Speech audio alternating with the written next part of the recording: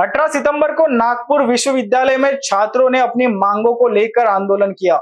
इस दौरान उन्होंने उप कुलपति प्रो वीसी का घेराव किया और उनकी गाड़ी रोकने का प्रयास किया। इस घटना के बाद विश्वविद्यालय प्रशासन ने आंदोलनकारी छात्रों के खिलाफ अंबाझरी पुलिस थाने में शिकायत दर्ज कराई है। पुलिस ने शिकायत के आधार पर मामला दर्ज कर लिया है और आगे की जांच कर रही है। फिलहाल छात्रों की मांगों और आंदोलन के कारणों का स्पष्ट विवरण नहीं मिल पाया है। इस मामले में अधिक जानकारी की प्रतीक्षा है।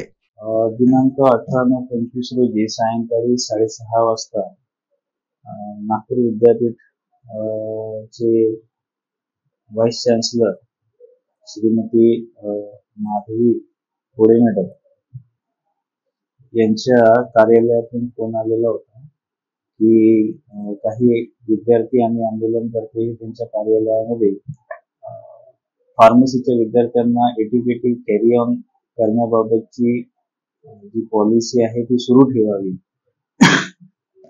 यासाठी आंदोलन करणार असल्याची माहिती प्राप्त झालेली होती आणि मॅडमला आंदोलनकर्त्यांनी कार्यालयामध्ये घेरून ठेवलेलं होतं।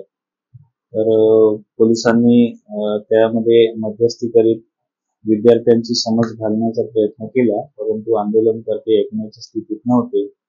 त्यामुळे विद्यापीठाच्या वतीने श्री राजू एकनाथराव हिवसे यांनी दाखल केलेल्या तक्रारीवरून आंदोलनकर्त्यांविरुद्ध पोलीस ठाणे अंबाझरी येथे अपराध क्रमांक 480/25 कलम 126(2), 127(2), 189(2), 189(3), 221, 351(2) BNS आणि महाराष्ट्र पोलीस कायदा कलम 135 याप्रमाणे गुन्हा दाखल करण्यात आलेला आहे।